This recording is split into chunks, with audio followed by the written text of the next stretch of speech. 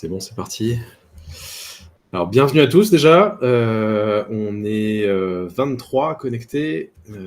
Ça va continuer de se connecter petit à petit, mais on va démarrer.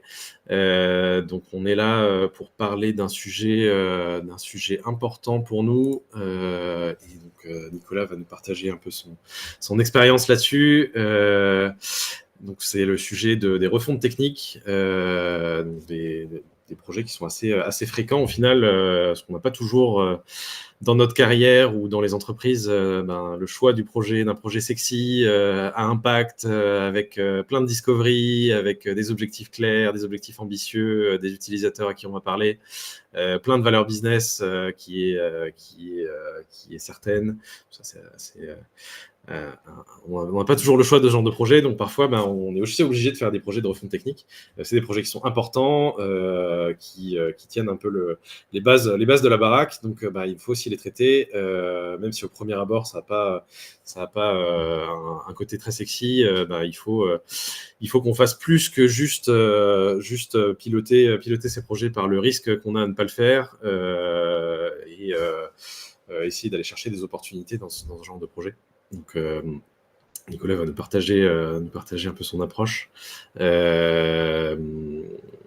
Voilà, donc ces projets qui peuvent souvent se transformer en pièges. On va voir un peu les différents pièges. Et voilà de quoi on va essayer de parler aujourd'hui. Donc, on a une petite heure devant nous. On va essayer de tenir le timing. N'hésitez pas. On va faire un petit tour de table d'abord, et puis ensuite je vous explique les petites mécaniques. Donc moi c'est Pierre, je suis coach orga produit et agile, et du coup membre du collectif Fluo, et donc là je suis surtout là aujourd'hui pour animer et donner la parole à Nico pour qu'il nous partage plein de trésors sur ce sujet-là. Et donc Nico, je te laisse te présenter aussi. Merci beaucoup Pierre pour cette intro parfaite. Nicolas, 20 ans dans les organisations produits, j'ai commencé... Alors, je fais un bref récap sur, entre guillemets, professionnellement qui je suis. Ça peut expliquer aussi pourquoi j'ai un retour d'expérience sur ce sujet. Je suis un ancien dev, donc je connais plutôt bien les projets techniques et particulièrement de refonte technique. J'en ai vu pas mal dans ma carrière. Et donc, voilà, j'ai fait globalement 10 ans de tech. Rapidement, j'ai switché vers du Scrum Mastering, organisation. J'ai passé 4 ans sur le lead d'une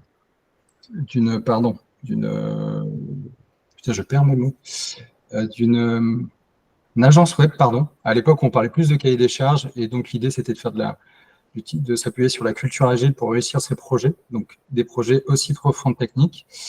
Et s'en suivi cette année géniale à Mythique, où je suis rentré comme coach agile, et petit à petit, avec mon équipe de coach, on a accompagné l'organisation pendant cette année en tout cas, passer d'une feature factory à une organisation produit qui se voulait beaucoup plus sur l'achievement d'objectifs que la capacité à délivrer au regard de capacité d'équipe, d'autonomie, etc. Et voilà, ça fait 7 mois avec Marion qu'on a lancé Fluo. L'idée, elle est relativement simple. On est des experts et on souhaite accompagner les organisations et les entreprises à évoluer vers des organisations produits à l'échelle, matures. Et pour ça, on est très fiers d'avoir monté Fluo avec Pierre et 2 personnes de la bande. Voilà Pierre pour moi. Super, merci. On va attaquer. Donc on va essayer de rendre cette présentation, ce webinaire, ce talk, on en parlait avant, je ne sais plus comment dire, le plus dynamique possible. Et du coup, on va essayer de vous mettre dans une petite situation où vous vous retrouvez face à une refonte technique. Et du coup, on va vous poser des questions. Vous allez pouvoir interagir avec nous et répondre à ces questions. Donc, si vous allez voir normalement une notification qui va s'afficher quand je vais lancer une question, et si elle ne s'affiche pas, vous pouvez aller en bas à droite sur l'onglet, donc sur l'outil activité, c'est la petite icône triangle carré rond. Et vous pouvez aller voir quelles questions sont en cours et surtout voir les résultats des votes. Et du coup, on va vous demander votre avis sur un certain nombre de choses.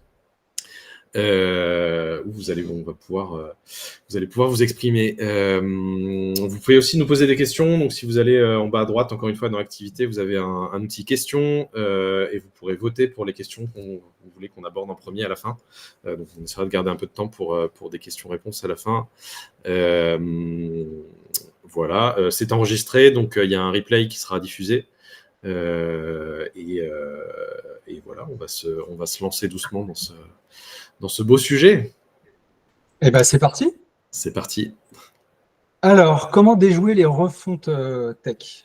Il y a déjà un petit sujet, un petit tricks dans le titre qui m'était cher. C'est ce que je vous disais, c'est avant tout un partage d'expérience et un peu de savoir-faire.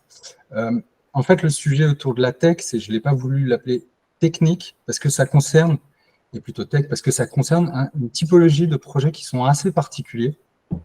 C'est des projets qui, globalement, ont peu, voire pas de valeur business. Donc, c'est des projets de refonte technique, mais comme ils ne sont pas centrales par rapport à la stratégie de l'entreprise, c'est des projets qui, globalement, n'atterrissent pas dans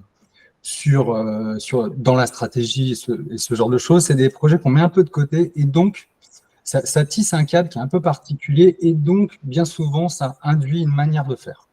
Donc, c'est évidemment des projets qui sont un peu classiques. C'est des vieux produits. On se dit, voilà, on n'arrive plus à les maintenir. Si on veut les faire évoluer, c'est devenu impossible. Donc, refonte technique, on sent que c'est nécessaire. On sait que sur ce type de projet, la technologie, au fil du temps, elle peut ne plus être supportée et les mises à jour sont très difficiles, voire impossibles. Et comme je vous disais, c'est des produits qui ne sont pas considérés comme prioritaires. Et donc ça, c'est vraiment le cadre qui fait que c'est vraiment des projets très particuliers. Ça ne concerne pas, en tout cas moi, ce que je vais vous partager, des projets qui sont souvent le produit cœur d'une entreprise. C'est vraiment des projets qu'on peut appeler de type métier, qui sont un peu bas niveau dans le SI, dans l'organisation, qui sont moins facing. Et donc, voilà, c'est des projets qui, in fine, malheureusement, comme c'est pas des sujets hyper intéressants, on les laisse à la tech. Et quand je dis ça, c'est première mise en situation, excusez-moi. Donc, comme disait Pierre tout à l'heure, l'objectif de cette mise en situation, c'est de vous projeter, de vous poser des questions, d'être empathique par rapport au sujet et de réfléchir avec nous sur comment vous feriez. En régie, c'est bon, Pierre? Ouais, c'est bon. Donc, vous allez avoir 30 secondes pour répondre à la question, juste pour vous prévenir que vous soyez prêts. Et puis après, on verra ce que ça donne et puis on enchaînera à partir de là. C'est un peu Je lance la question. Vous devriez la voir apparaître. Donc, cette mission consiste à réaliser une refonte technique d'une application interne. Quelle est votre réaction? On vous a proposé cette mission. Vous dites génial, j'ai toujours rêvé de refaire la charte graphique d'un back-office. Oula, mais c'est une application middleware. Pas dev. Chouette, une mission longue. Qu'est-ce que vous répondez? Quelle est votre réaction face à cette mission?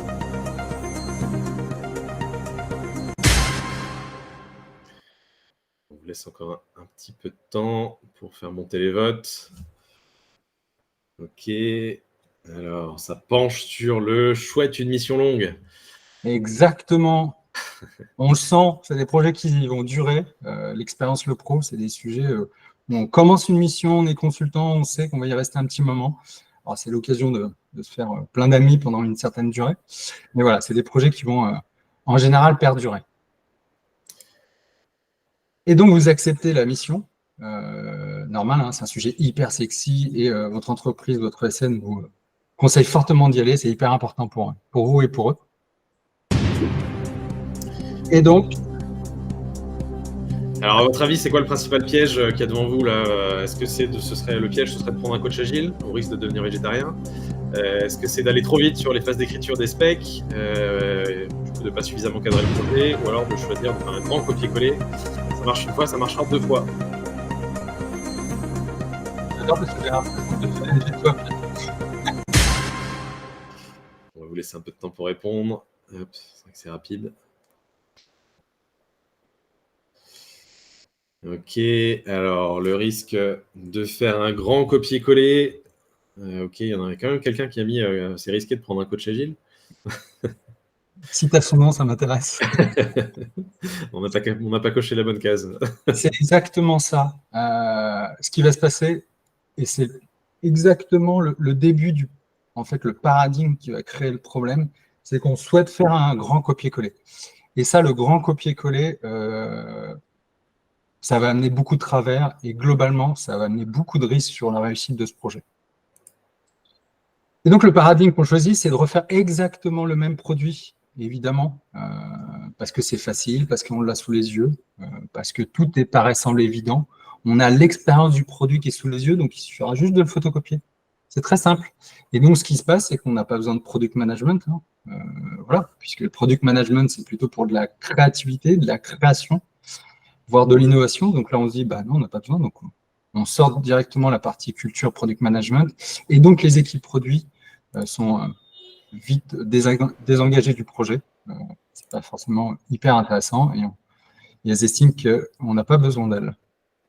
Et qu'est-ce qui se passe sur ce type de projet? Alors là, je vais dire peut-être des choses qui peuvent paraître obvious, mais c'est quand même assez important de le rappeler. Hein. On est sur des produits qui sont très vieux. Et donc déjà, la connaissance fonctionnelle, elle s'est perdue. On sait qu'on a un certain turnover côté dev et de personnes qui maintiennent le produit dans le temps. Donc la partie fonctionnelle et la connaissance a relativement disparu, surtout sur des produits qui ont une période de TMA, qui sont jamais très agréables pour ce type de produit. On a, puisqu'ils sont âgés, ajouté beaucoup de fonctionnalités. Donc c'est quand même plutôt complexe. Et enfin, pour finir, le côté un peu classique, le code spaghetti, qui n'est pas une légende urbaine. Pour avoir vécu ce genre de choses, c'est très compliqué d'y voir clair dans ce genre d'application et de retrouver le fonctionnel à l'intérieur. Et donc, on applique les bonnes recettes, les vieilles recettes pour se projeter. Donc, on écrit un cahier des charges, hein, je mets des grands guillemets, parce que quand on dit que c'est à l'identique, le cahier des charges, il est assez simple, hein, ça peut presque tenir sur un post-it. Donc, on estime ce cahier des charges en jour homme. Alors, étant moi-même coach agile, j'ai une affection particulière et pour avoir été en agence sur les estimations en jour homme, on est d'une précision absolue, c'est très important de le dire. Et donc, on a estimé en jour homme, puisqu'on a l'expérience de ce genre d'estimation, on rajoute du risque sur du risque. Donc, on se retrouve mécaniquement avec des estimations qui peuvent être extrêmement importantes. Et forcément, ça donne très envie pour la boîte de les lancer parce que on se dit c'est très coûteux et ça va rapporter peu d'intérêt pour le business.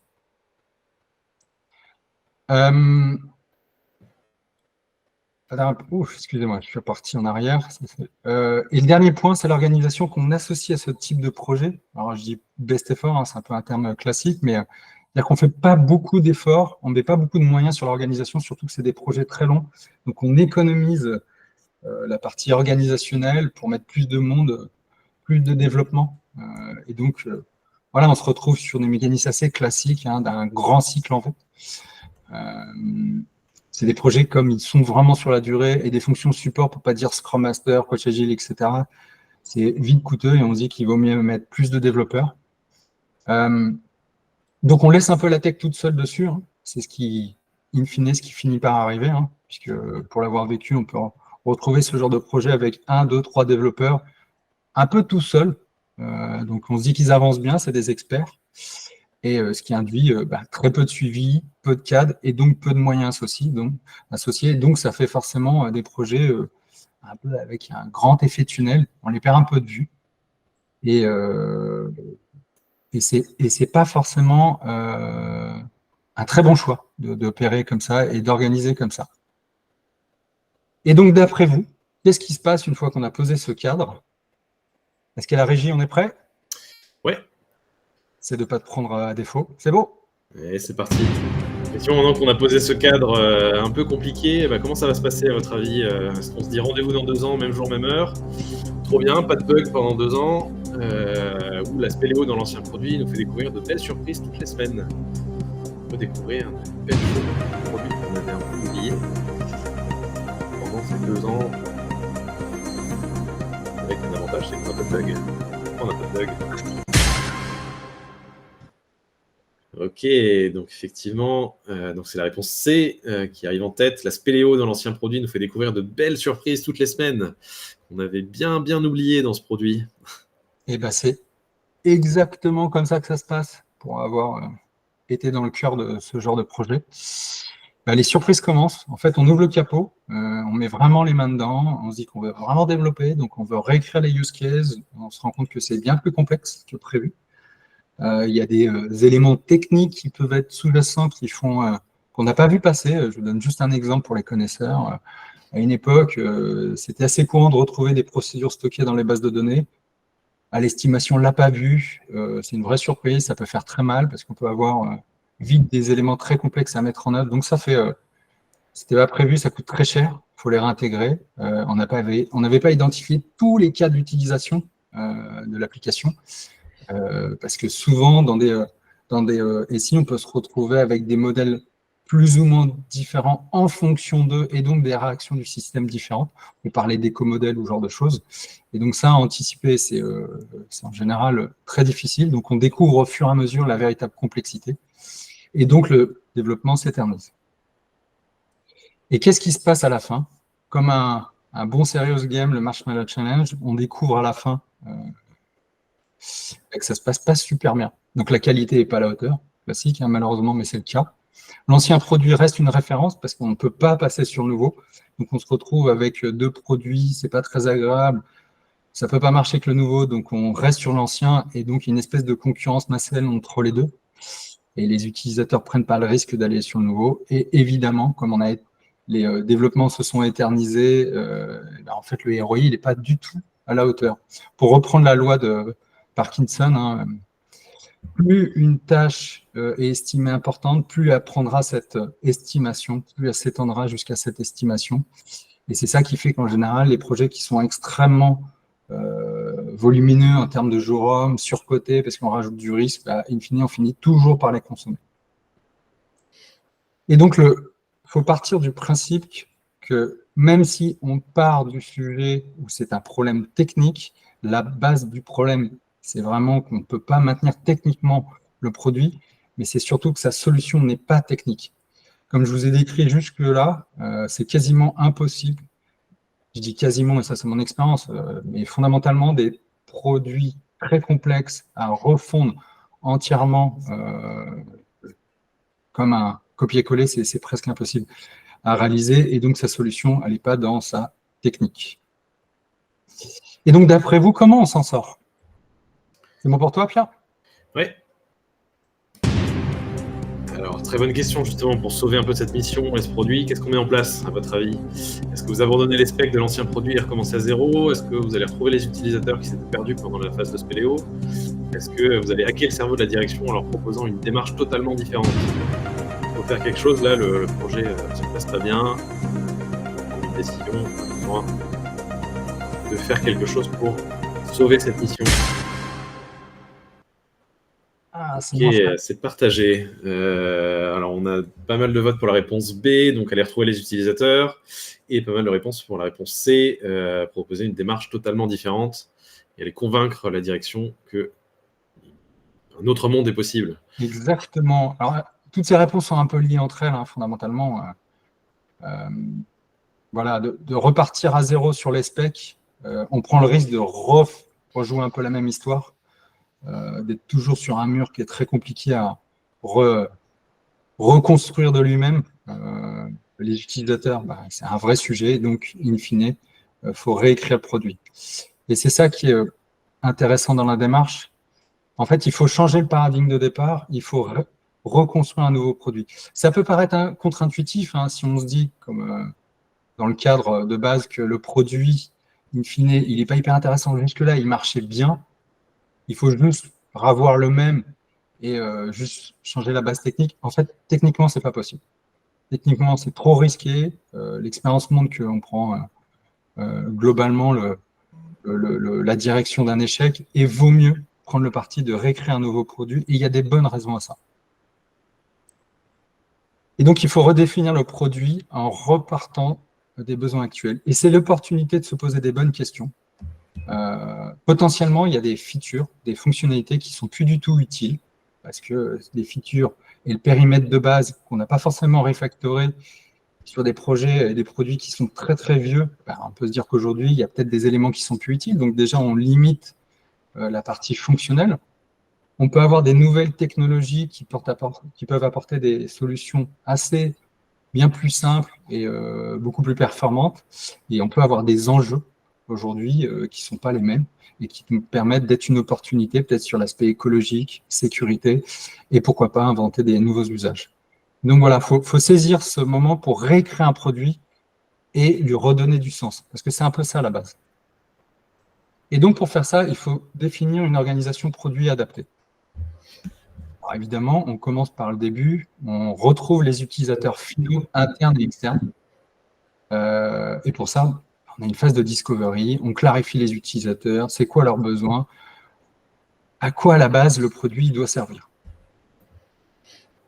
Le deuxième point qui est un peu étonnant, mais auquel je crois énormément pour l'avoir pratiqué, c'est en fait, on aura toujours le produit existant qui tourne, qui sera présent, et on aura une vraie envie de se projeter et de le réutiliser. Il est là sous nos yeux, on se dit, bah, en fait, pour répondre à ce besoin, il suffit de faire ça, et en fait, il ne faut surtout pas faire ça, pour plein de bonnes raisons. Un, parce qu'on risque de reproduire une feature qui n'est pas utile, et surtout la manière dont elle est,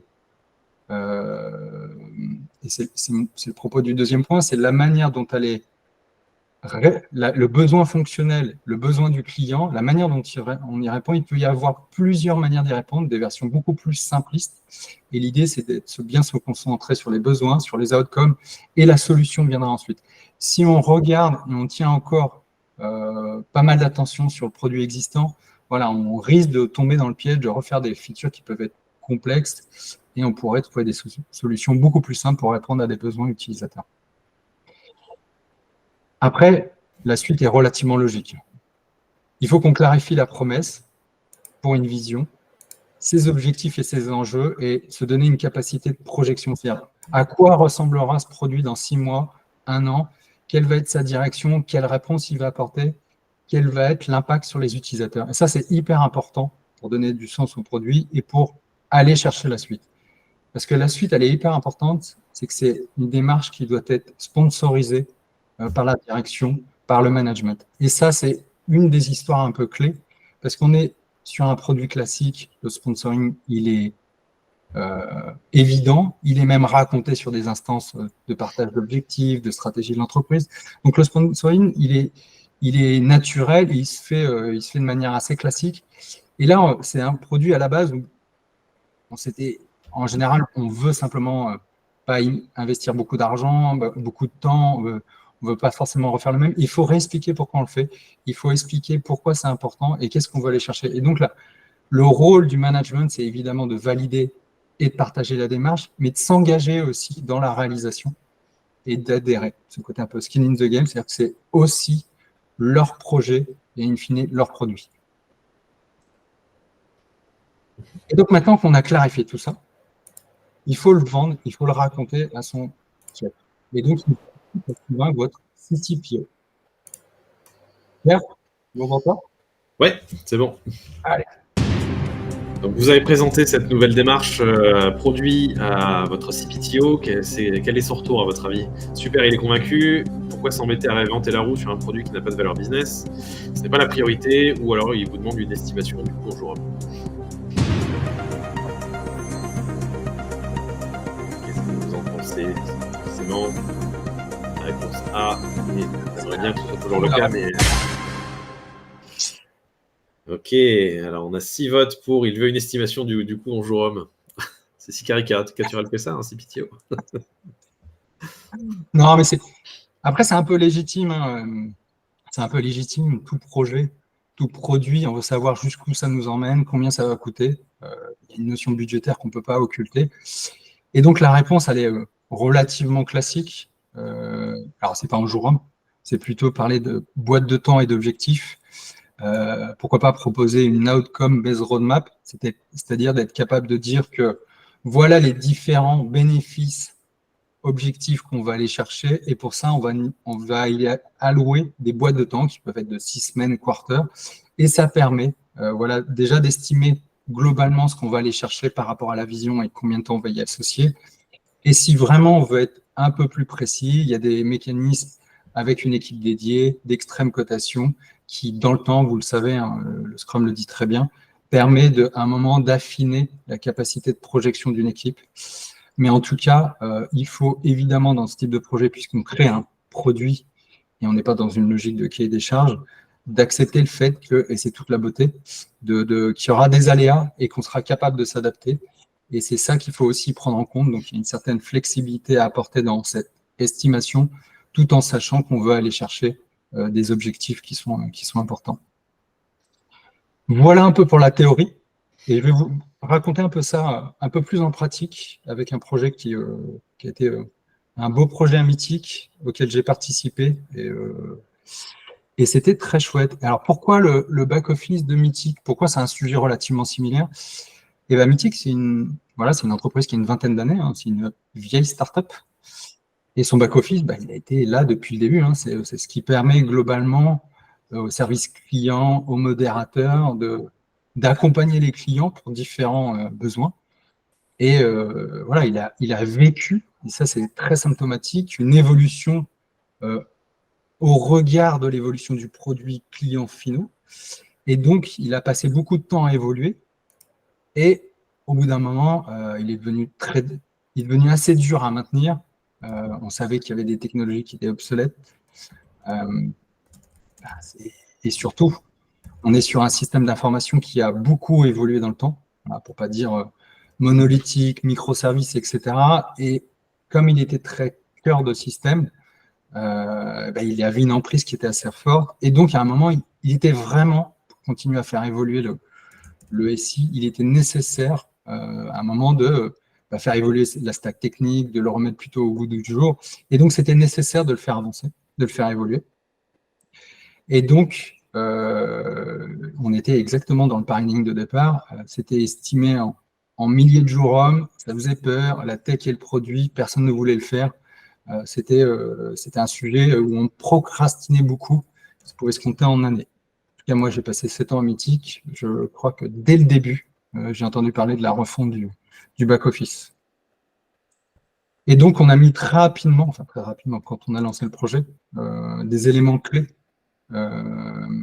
Et déjà, un des éléments qui était vraiment très important, c'est qu'au-delà d'avoir une équipe dédiée, on a eu surtout une personne métier qui a pris le rôle de product owner, product manager, que j'ai accompagné et qui a vraiment pris ce rôle avec brio et qui nous a permis, grâce à elle, de nous poser les bonnes questions. C'est-à-dire que, pour simplifier, il est un peu plus large que ça, évidemment, le back-office, mais back-office, c'est globalement des personnes, quand vous appelez le service client, qui répondent au téléphone, vous arrivez avec un besoin et ils vous accompagnent pour résoudre ce besoin.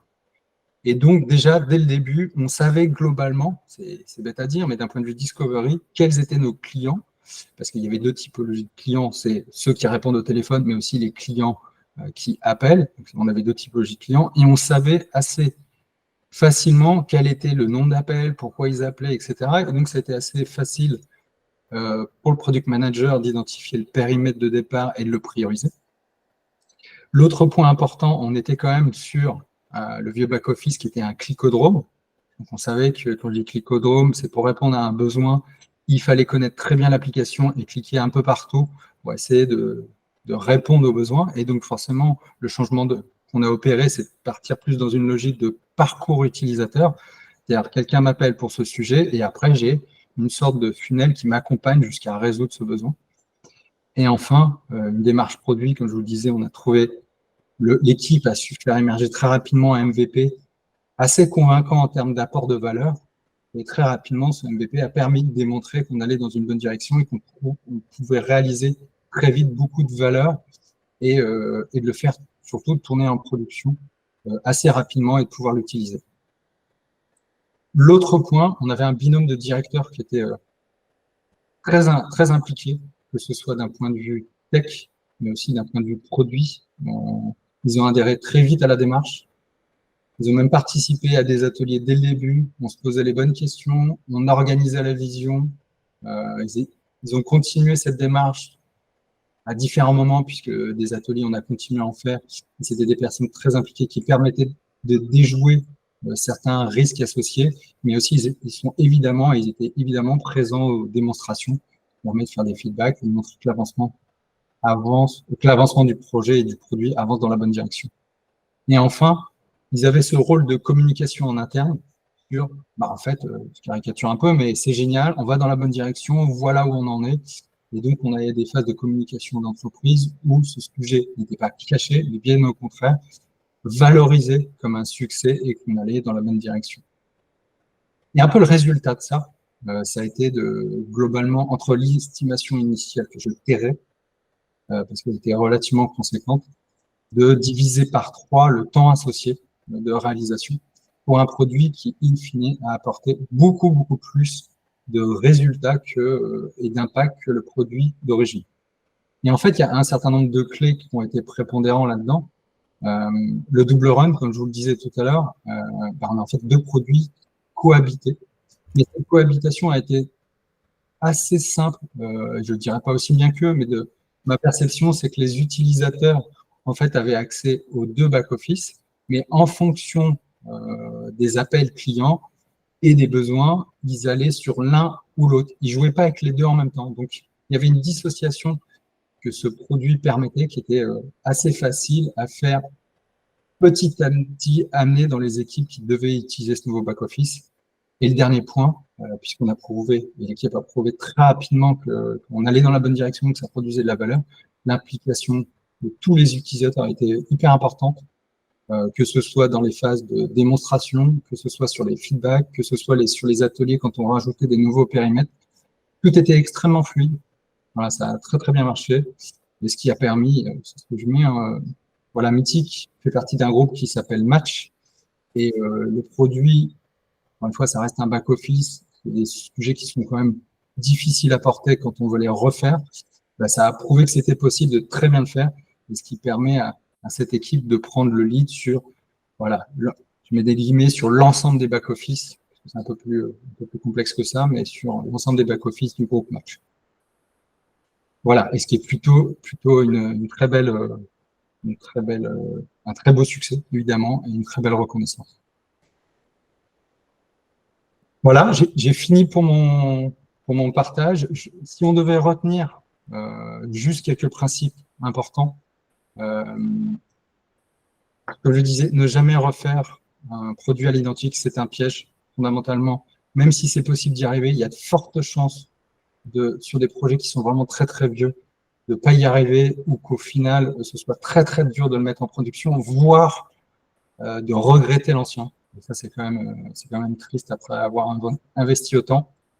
Les cycles en V sur des projets complexes, on est typiquement dans des projets complexes. Complexe, ça veut dire que les éléments entre eux interagissent. Et quand on parle de code spaghetti, délai, use case caché, etc., voilà, c'est pas compliqué, c'est complexe. Et donc, ça veut dire qu'on a des surprises, qu'il faudra s'adapter. Et les cycles en V, malheureusement, si on peut pas à un moment les mettre face à une situation réelle, face à des utilisateurs, on ne se rend pas compte si on va dans la bonne direction, si on rate des choses.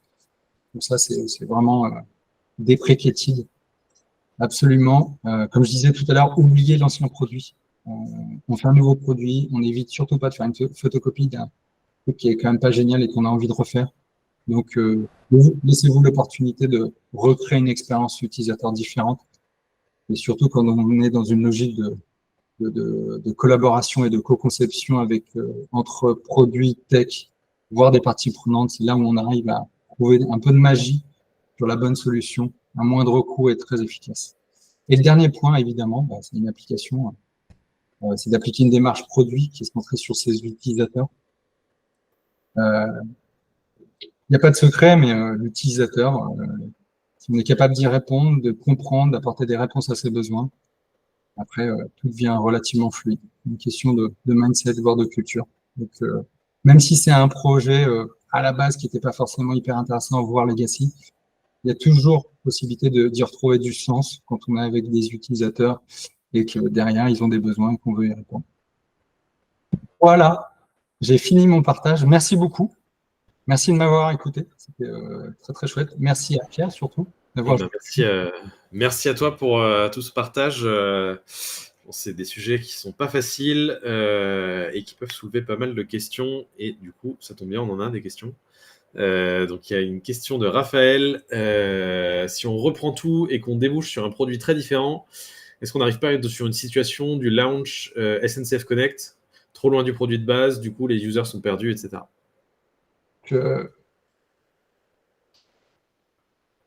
Le problème, j'ai l'impression, alors je n'ai pas ton expérience, mais ça ressemble un peu à un cycle en V, dans le sens où on arrive à la fin avec un nouveau produit qui est très différent du premier, et donc on n'a pas de feedback assez tôt des utilisateurs, pourquoi pas des bêta-testeurs, pour dire ah mais moi je suis perdu, pourquoi on a fait ça, je préférais l'ancienne application.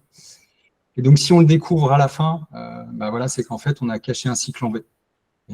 Et c'est tout l'intérêt d'avoir des démonstrations au fur et à mesure sur des petits périmètres qu'on incrémente, sur lesquels on itère, et de pouvoir s'adapter au fur et à mesure de ces retours. Donc, j'ai l'impression, je ne voudrais surtout pas juger de est-ce que c'était un cycle en V ou pas, mais si on découvre à la fin que l'utilisateur n'est pas à l'aise, c'est peut-être qu'il était trop loin de la construction du produit. Marion, tu voulais intervenir? Oui, je voulais juste mettre en lumière que le launch des CNCS Connect, il y a beaucoup de légendes urbaines autour de ce truc-là et que ça n'a pas été du cycle en V, ça a été beaucoup d'efforts des équipes produits, mais ça a été une décision de lancement par la direction qui a été beaucoup trop tôt. Donc, quelque part, on n'est pas sur le même problème, le même paradigme. Ça veut dire que le produit n'était pas encore assez finalisé, peut-être? Exactement, les équipes produits, pour les connaître, ne souhaitaient pas sortir ce produit-là à ce moment-là. Voilà. Très bien, merci beaucoup pour ton retour. Merci. Alors, je prends la question par ordre de vote. Comment acte-t-on le cerveau de la direction générale pour qu'elle aille jusqu'au bout à un moment où elle s'est fait peur et a remis en cause la démarche? Personnellement, ça s'est terminé par mon départ et 8 ans après, ils sont toujours dans le double run. Question de Christophe. Attends, excuse-moi, je suis pas sûr de savoir comment on hack. Comme je le disais, il y a un moment, il faut expliquer que de refaire une photocopie d'un produit extrêmement vieux, complexe, il y a 80-90% de chances que le résultat final soit pire que l'original, que tout le monde en souffre. Surtout s'il est très très long, on peut avoir un turnover de l'équipe de développement. Enfin, c'est un vrai piège. Et donc la discussion, moi, que j'ai pu avoir avec Mythic, c'était de dire à un moment, il avait été estimé tentons notre chance. Partons du principe qu'on prend 6 semaines, posons un cadre, testons des choses, voyons ce que c'est capable de produire, ce que est capable de faire l'équipe, la PM, et au bout de ça, voyons si on avance dans la bonne direction. C'est le propre, entre guillemets, d'acheter des sprints de 6 semaines et de se dire stop ou encore. Et au bout d'un moment, la question ne se pose même plus.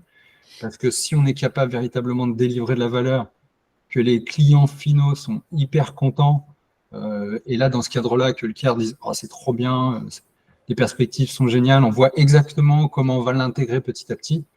Voilà, en fait, le vrai sujet, c'est d'être capable de prendre un petit périmètre maîtrisé, de le livrer et de regarder la réaction de la direction, de leur montrer voilà, ce qu'on a réussi à faire, parce qu'ils vont voir, eux, globalement, que ceux qui vont utiliser le produit sont extrêmement satisfaits. Et donc, il y a un effet un peu boule de neige. On enclenche quelque chose qui devient naturel, qui n'était pas au départ. Et surtout, vous le savez, hein, si on dit que dans 6 mois, on arrête le projet pour des raisons budgétaires, il y a quelque chose au bout de 6 mois. Ce qui n'est absolument pas le cas dans une énorme refonte. Si on doit arrêter au bout de 6 mois, en fait, le produit n'est pas terminé, il n'est pas prodable, entre guillemets. Donc, c'est un peu sur tout ça qu'il faut jouer. Après, la direction, si elle n'est pas habituée à ce genre de démarche, c'est sûr qu'il y a un peu un côté saut de la foi, de croyance. Et cette croyance, ça doit se faire avec un petit investissement et donc un petit risque. Voilà. Je pense que l'argument de la gestion des risques est assez clé pour convaincre, dire en fait, avec cette démarche, on va quand même beaucoup limiter les risques de se planter à la fin et que dans 2 ans, on se rende compte que on s'est complètement planté sur 2 ans. Si on se plante sur une petite période et pas sur toute la période. Et ça peut convaincre. Et pour te rejoindre, Pierre, le pire dans ce genre de sujet, c'est qu'on a investi 2 ans. Voilà, le côté, c'est le dernier tour au poker, on va jusqu'au bout, tu vois, quitte à faire all-in. Et c'est là où ça peut devenir une catastrophe pour le nouveau produit, même si la stack technique n'est plus obsolète, fait que j'ai vu des utilisateurs très malheureux avec leur nouveau produit parce qu'il leur manque plein de choses de ce qu'il y avait avant, en fait. Et là, c'est très compliqué parce qu'on rentre dans une discussion où il faut aller chercher des budgets pour finir ce qui existait avant. Enfin, voilà. Voilà. Très bien. Alors, nous avons une question de Damien. J'ai du mal à comprendre un point. Vous dites qu'il faut refaire une application à côté de celle existante, mais que fait-on lorsque l'on a une application qui contient plusieurs modules et qu'on va s'attaquer à refondre un de ces modules? On ne peut pas refaire toute l'appli. En fait, alors, faut rentrer un peu dans le contexte et les détails organisationnels. Après, il peut y avoir plusieurs modèles de validation de est-ce qu'on va dans la bonne direction.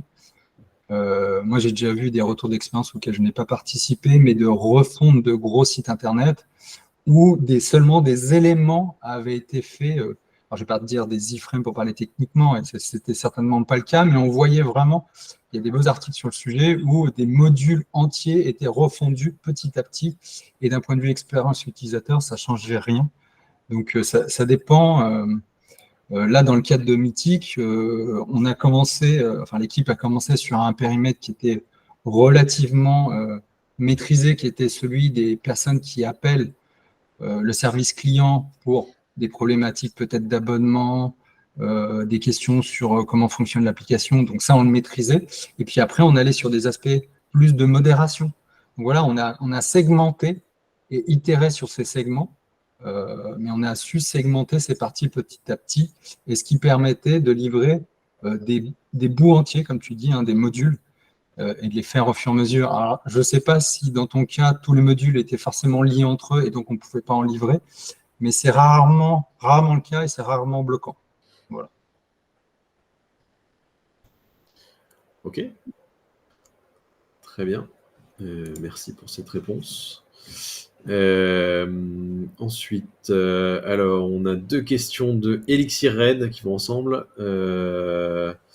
Et peut-être une question anonyme aussi. Donc, quel a été au final le temps nécessaire pour développer le MVP et avec quelle taille d'équipe? Alors là, j'imagine qu'on parle du back-office de Mythic. Jean-Marc, normalement, qui est là, qui était l'engineering director, pourra mieux répondre à cette question. Dans mes souvenirs, donc la notion de MVP, le tout premier qui était sur la partie vraiment service client, je réponds au téléphone, aux appels, si je me souviens bien, ça avait duré, ça a bien duré 6 mois, ouais, je crois, à peu près 6 mois. C'était à peu près ça. Mais comme je vous disais, l'avantage, comme c'est un produit interne, c'est que dès le début, en fait, ce qu'on a fait, ce qu'a fait l'équipe, c'est que, en fait, quand on appelle le service client, on arrive avec un besoin. Et en fait, il y avait 10-15 besoins qui étaient listés et l'équipe les a fait au fur et à mesure. Donc, comme je vous disais, ça permettait assez facilement pour la personne qui répond au téléphone de se dire ce besoin-là, c'est le nouveau back-office ou il n'existe pas encore dans le nouveau back-office, je pars dans l'ancien. Et donc, ça a été un MVP qui s'est construit, à la limite, le tout premier MVP.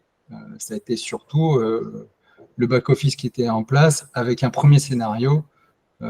Et ça, par contre, ça a été extrêmement rapide.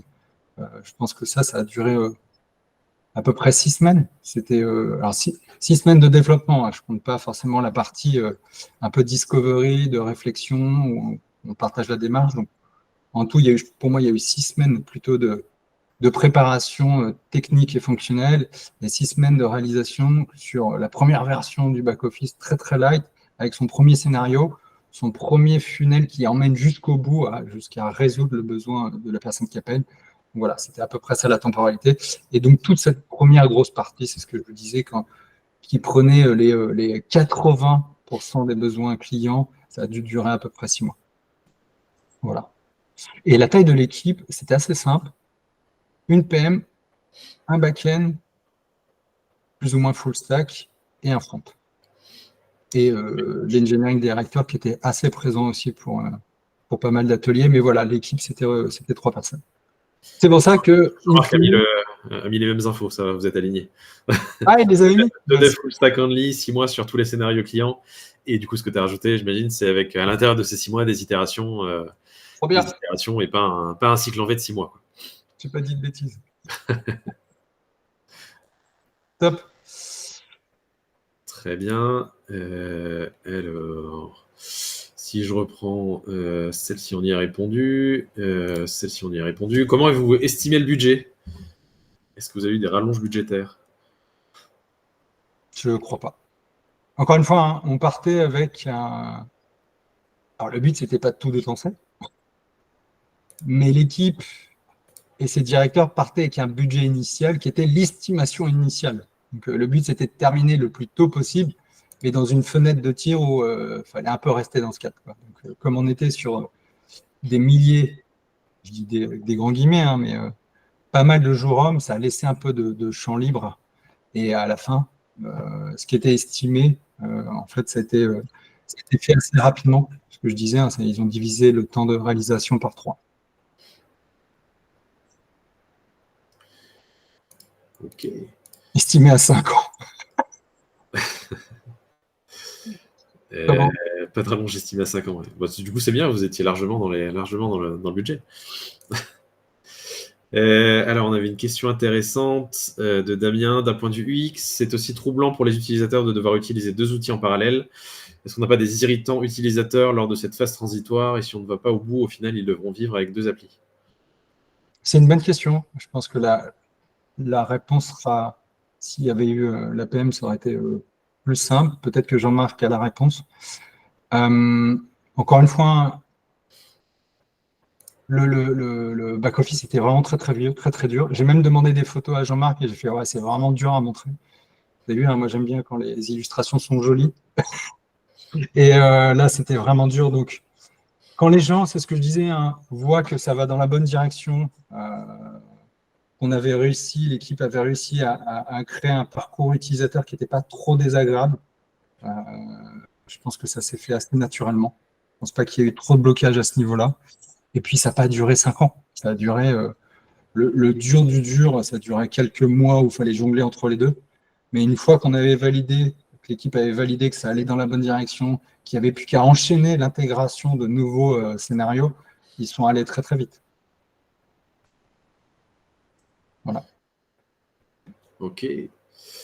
Hop, je vais voir comme répondu. Est-ce qu'on a besoin d'un product manager technique pour mener à bien cette mission? Je dirais. Alors, si on a oublié quelqu'un, Jean-Marc, on a oublié, il y avait quand même un archi qui était très présent et qui jouait quand même un certain rôle quand ça devenait très complexe, d'apporter certaines réponses. Et s'il fallait anticiper, il était quand même là pour apporter des réponses à ça vaut plutôt mieux le faire comme ci, comme ça. Donc c'est toujours intéressant. Encore une fois, on est sur des gros projets à la base. Donc il y a des aspects où un expert technique a une vraie valeur. Je pense que c'est pas du plein temps. Après, ça dépend des projets. C'est plutôt à la demande. Donc voilà, ça dépend des projets. Ok, très bien. Alors, c'est pas vraiment une question, c'est plutôt une remarque. En tant que DG, mon conseil ne me reprochera pas de me planter en faisant un copier-coller de l'existant, c'est la faute des équipes. Tout ce qui arrive dans l'autre scénario est ma faute car je l'ai validé. Ne pas oublier le Chief Babysitting Officer pour tenir la main du DG. Smiley qui sourit. Exactement. Exactement. Le retour sur le dual run n'a pas été trop pénible, mais il était surtout impatient. Bah ouais. Bah oui, forcément, je reprends le propos de Jean-Marc. Ce qui était dur dans le double run, c'était qu'on passait d'un clicodrome à une application qui était beaucoup plus agréable à utiliser. Donc en fait, le problème, c'était l'impatience des utilisateurs à pouvoir abandonner l'ancien. Et donc ça c'était très chouette. Merci Jean-Marc pour le propos. Okay. Surtout pas de product owner technique, product manager technique. Un product manager est toujours un peu tech. C'est tout à fait vrai. Mais ce n'est pas son rôle. Fondamentalement, c'est surtout le fonctionnel qui compte. Et ce vers quoi on va. Tout à fait d'accord, Marion. Est-ce qu'on a fait le tour des questions? Ça me semble pas mal. Hein. Ouais. On avait une question sur les hypothèses des différents sprints. J'imagine que c'est plutôt sur quelles étaient vos hypothèses de départ dans l'approche produit et comment vous les avez validées au fur et à mesure. C'est une bonne question. Est-ce qu'on avait vraiment des hypothèses? Jean-Marc, c'était une réponse? L'hypothèse, c'était est-ce que la démarche va marcher avec la direction? Ça, c'était pour le projet autour du nouveau produit.